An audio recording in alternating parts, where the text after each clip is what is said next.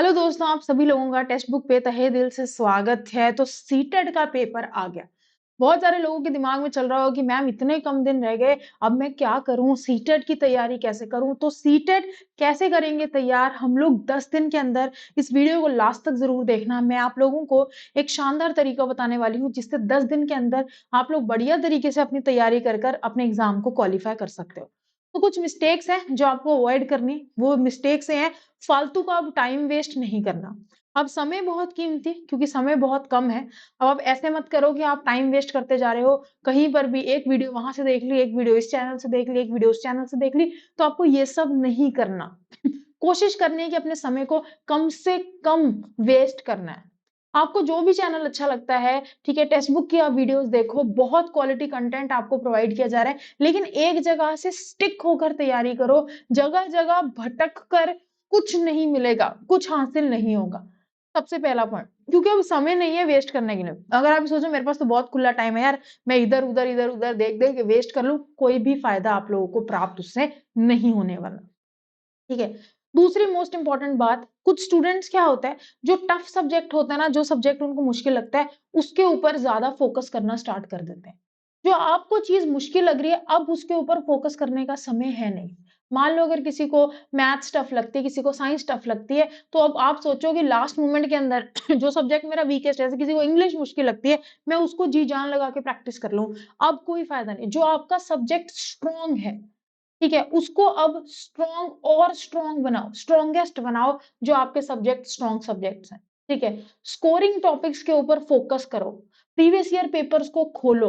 ऐसा करो कि सारे प्रीवियस ईयर पेपर्स देख लो एक बार। वैसे भी हर एक टीचर हमारे पास यूट्यूब के ऊपर अच्छे सेशंस ले रहे हैं, प्रीवियस ईयर क्वेश्चंस आपको कवर करवा रहे हैं। आपको ये पता लग जाए कि ये वाला टॉपिक मैम मुझे पता है, मैंने पिछले 10 साल के पेपर देख लिए, ये वाले टॉपिक से 101% मैं हर साल देख रहा हूँ क्वेश्चन रिपीट हो रहा है। आपको वो टॉपिक पे फोकस करना है। उन टॉपिक पे ऊपर फोकस करो। वो टॉपिक ध्यान से कर चलो कि यार ये टॉपिक पक्का आ रहा है। मैं 10 साल के पेपर देख चुका हूं और मुझे पता है कि 10 साल में इन टॉपिक से हर साल एग्जामिनर पेपर में क्वेश्चन पूछ रहा है, तो इस बार भी पूछेगा। उन टॉपिक्स को सीरियसली तैयार कर लो। और अब समय टाइम वेस्ट करके या कुछ नया पढ़ने का नहीं है। अब समय सिर्फ और सिर्फ रिवीजन करने का और प्रीवियस ईयर पेपर्स को सॉल्व करने का। To be very frank, previous year paper के अंदर भी ना ऐसा नहीं करना। देखो, दो अप्रोच होती है। कुछ स्टूडेंट्स ऐसे होते हैं जो प्रीवियस ईयर क्वेश्चन पेपर के रट्टे मारने लग जाते हैं। अच्छा, ये क्वेश्चन आया था, इसका आंसर बी था। ऐसा क्वेश्चन आया था, इसका सी था। ऐसा क्वेश्चन आया था, इसका डी था। उसका कोई फायदा नहीं है। क्वेश्चन रिपीट नहीं होते। सीटेट का लेवल बहुत अब अच्छा बढ़िया हो गया है। आप 2011 का पेपर उठा के देखो सीटेट का, और अब का पेपर उठा के देखो, धीरे धीरे आप देखोगे कि पेपर के क्वालिटी ऑफ क्वेश्चन पूछने का कितना ज्यादा इंक्रीज कर दिया लेवल। अगर आप ऐसा सोचो कि मैं रट लूंगा एक एक क्वेश्चन अपनी उंगलियों के ऊपर और वही क्वेश्चन आ जाएगा, ऐसा नहीं होगा। क्वेश्चन कभी रिपीट नहीं होते। कॉन्सेप्ट पेपर में हमेशा रिपीट होते हैं। ये बात गांठ बांध लो, हमेशा कॉन्सेप्ट्स रिपीट होंगे। अगर एग्जामिनर ने साउंड टॉपिक के, ठीक है, आपसे कोई कॉन्सेप्ट के ऊपर क्वेश्चन पूछा है कि वैक्यूम के अंदर ध्वनि ट्रेवल नहीं करती, निर्वात में सबसे तेज ठोस में करती, फॉर एग्जाम्पल, अगले साल फिर उसी कॉन्सेप्ट पे क्वेश्चन पूछ सकता है।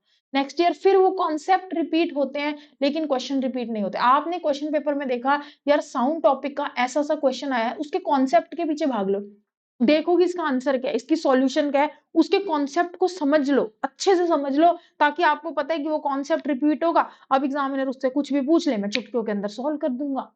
ये अप्रोच अब आपकी होनी चाहिए। सिर्फ रिवीजन पे जोर दो और सिर्फ प्रीवियस ईयर क्वेश्चन पेपर करने पे जोर दो। प्रीवियस ईयर क्वेश्चन पेपर पे भी रटना नहीं है कि किसका क्या आंसर है, बस हर एक के कंसेप्ट को समझना है। कॉन्सेप्चुअल चीजें जो आपको दी हुई है, जो सॉल्यूशंस आपको दिए हुए, एक्सप्लेनेशन आपको दिए, उनके ऊपर फोकस करो। That's it. आप लोगों को बहुत हेल्प करेगी और 10 दिन में आपकी तैयारी हो जाएगी। अब ऐसा नहीं है कि मैम मैं तो ऐसा कर रहा हूँ, 10 दिन बचे हैं, सारी एनसीईआरटी की किताबें पी जाऊंगा। यार नहीं पी सकते। इतने कम समय के अंदर कैसे हर एक सब्जेक्ट की एनसीईआरटी तैयार कर लोगे? ठीक है, एक किताब थोड़ी ना तैयार करनी है। 6वीं से लेकर कम से कम 8वीं और थोड़ी बहुत 9वीं 10वीं, इतना तो पढ़ के जाना ही पड़ेगा। क्या आपको लगता है कि आप 10 दिन के अंदर हर सब्जेक्ट के लिए इतना तैयार कर सकते हो? मेरे को तो नहीं लगता। नहीं कर सकते आप लोग, मैं बता रही हूँ आपको। तो इससे अच्छा वो सारे के सारे आपको प्रीवियस ईयर पेपर में पता चलेगा कि ये टॉपिक मोस्ट इंपॉर्टेंट है। मान लो एसिड बेस सॉल्ट साइंस में हर साल पेपर में क्वेश्चन आता है, आपको पता चल गया, आपके पास टाइम है, आप एसिड बेस सॉल्ट वाला चैप्टर पढ़ लो। क्वेश्चन के ऊपर जैसे आपको पता चल गया इंडिकेटर से हर बार ये पेपर में आ रहा है, सारे इंडिकेटर्स पढ़ डालो, सारे। क्योंकि आप देख रहे हो हर साल क्वेश्चन आ रहा है, आपके पेपर में भी आएगा और कोई और क्वेश्चन आ जाएगा इंडिकेटर से। तो हमें सारे इंडिकेटर आते हैं, अब एग्जामिनर कुछ भी हमसे पूछ ले। तो कंफ्यूज होने की जरूरत नहीं है, टेंशन लेने की जरूरत नहीं है। 10 दिन मोर देन इनफ है। आप लोग 10 दिन में भी अपनी तैयारी शानदार तरीके से कर सकते हो। और revision is the key to success. मैं बार बार बोल रही हूँ, अब कुछ नया मत पढ़ो। कोई टॉपिक आपने नहीं पढ़ा कभी, आप सोच रहे हो अब मैं लास्ट मोमेंट के ऊपर पढ़ के पता नहीं क्या जादू की छड़ी चढ़ेगी, नहीं। जो आप पढ़ चुके, जितना आप पढ़ चुके बस उसे रिवाइज कर लो, अच्छे से पक्का कर लो, ताकि पेपर के अंदर आप लोग उसको सॉल्व कर सको अगर वहां से आपके क्वेश्चंस पूछे जाएं तो। Very very important, very very important. Maths कर रहे हो तो आप फॉर्मूले सारे के सारे मैथ्स के पढ़ लो, एक पेज के ऊपर फॉर्मूले लिखकर उस पेज को चिपका लो दीवार से, रोज उसको समझ लो। जो ट्रिक्स, शॉर्ट ट्रिक्स आपको बताई जाती है वो ध्यान रखो। एसएसटी के अंदर जो आपको इंपॉर्टेंट चीजें बताई जाती है कि ये चीजें बहुत इंपॉर्टेंट है, इससे हर बार क्वेश्चन आता है, हर साल क्वेश्चन आता है। सेशंस के अंदर टीचर आपके साथ मोस्ट इंपॉर्टेंट चीजें ऑलरेडी डिस्कस करते रहते हैं, आपको बताते रहते हैं यार ये चीज बहुत इंपॉर्टेंट है, छोड़ना मत। ये उस साल के पेपर में आई थी, इस साल के पेपर में आई थी, 4 बार रिपीट हुई है, छोड़ना मत।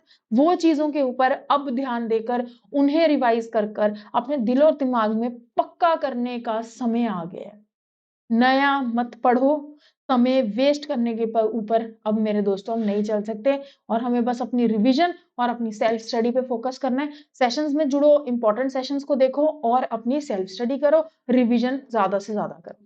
साइंस के इंपॉर्टेंट टॉपिक्स जो हर बारी पेपर में आते हैं, हर साल रिपीटेडली क्वेश्चन आते हैं, एसिड बेसिस सॉल्ट से हर बारी पेपर में आएगा, ध्वनि टॉपिक से आएगा, गति टॉपिक से हमेशा आएगा, पाचन तंत्र, आपका सर्कुलेटरी सिस्टम, प्रकाश संश्लेषण, जनरल साइंस के question, global warming, acid rain, red data book, इनसे क्वेश्चन आते हैं। मेटल नॉन मेटल, फ्रिक्शन और फोर्स। दोस्तों ये 10 ऐसे चैप्टर्स हैं, अगर आप इन 10 चैप्टर्स को भी करके चले जाते हो तब भी साइंस में ये 10 चैप्टर ही आपको साइंस में 30 आउट ऑफ 20 मार्क्स दिलवा सकते हैं आराम से। ठीक है, क्योंकि इन्हीं से मोस्टली क्वेश्चंस रिपीट होते हैं। रहे आपके 10 नंबर, दोस्तों वो आपके पेडागोजी के क्वेश्चन आएंगे 10 नंबर के। और पेडागोजी के अंदर आप लोगों को बस किस चीज पे फोकस करना है, चाहे वो किसी भी सब्जेक्ट की पेडागोजी। मैं आपको एक टिप बताती हूँ। सबसे पहली टिप ये है कि आप खुद को बच्चा समझ लो कि मैं एक बच्चा हूँ, ठीक है। आप एक चाइल्ड हो, अगर टीचर आपको किस तरीके से पढ़ाए जो आपको अच्छे से समझ में आए, बस आप अपने सारे के सारे जो ऑप्शंस दिए हैं अपने ऊपर फेंकने शुरू करो, आपको बेस्ट ऑप्शन पता चल जाएगा जिसमें बच्चे को भगवान मानना है। ठीक है, जिस ऑप्शन में बच्चा भगवान है ना, उसका मेन हाथ है, उसका मेन रोल है। ठीक है, बच्चे को सिर पे चढ़ा के बिठा लो, वही क्वेश्चन, वही ऑप्शन आपका राइट आंसर है। बच्चा जिसमें करे, डे टू डे लाइफ से रिलेट करके चीजों को सीखे, बच्चे की ग्रोथ हो, बच्चा आगे बढ़े, वही क्वेश्चन आपके पेपर के क्वेश्चन बनते हैं। दोस्तों वेरी वेरी इंपॉर्टेंट, ये सारी बातें आपको अपने दिमाग के अंदर अच्छे से बसाकर फोकस कर लेनी है। और लास्ट मोमेंट पे टाइम वेस्ट नहीं करना। अब टाइम वेस्ट मत करो कि जगह जगह से मैम मैं ये भी देख लूंगा, वो भी देख लूंगा, वो भी देख लूंगा, मैम मैं ये भी पढ़ लूंगा, वो भी। अब न्यू चीजें पढ़ने का कोई फायदा ही नहीं। क्या करोगे नई चीज पढ़ के? कितने दिन रह गए आपके पास कि आप नई नई चीजें पढ़ना स्टार्ट करो? पुरानी को रिवाइज कर लो, पुरानी को दिल मन में बसा लो, पुरानी को ऐसा पक्का कर लो कि उनमें से जो भी क्वेश्चन आए हम लोग सॉल्व कर लें। तो 10 दिन के अंदर तैयारी करने के लिए दोस्तों सबसे पहली बात, आप लोग टेक्स्ट बुक के साथ जुड़ो, सेशंस को देखो और वहां से तैयारी करो, सेल्फ स्टडी करो, रिवाइज करो, प्रीवियस ईयर क्वेश्चन पेपर सारे कर डालो, हर एक सब्जेक्ट का पीवाईक्यू कर डालो। पीवाईक्यू करते करते आपको पता चल जाएगा कि कौन सा ऐसा चैप्टर है जो बार बार आ रहा है, और उसमें से भी कौन सा कॉन्सेप्ट है जो बार बार आ रहा है। उस कॉन्सेप्ट को एनसीईआरटी से पढ़ना है, ऐसा नहीं करना। उस कॉन्सेप्ट की एक्सप्लेनेशन को एनसीईआरटी से पढ़ लो, गूगल से पढ़ लो। देखो गूगल से अच्छा तो मैं आपको बोलूंगी एनसीईआरटी बेस्ट सोर्स है, एनसीईआरटी से, क्योंकि एग्जामिनर पेपर में क्वेश्चन पूछेगा।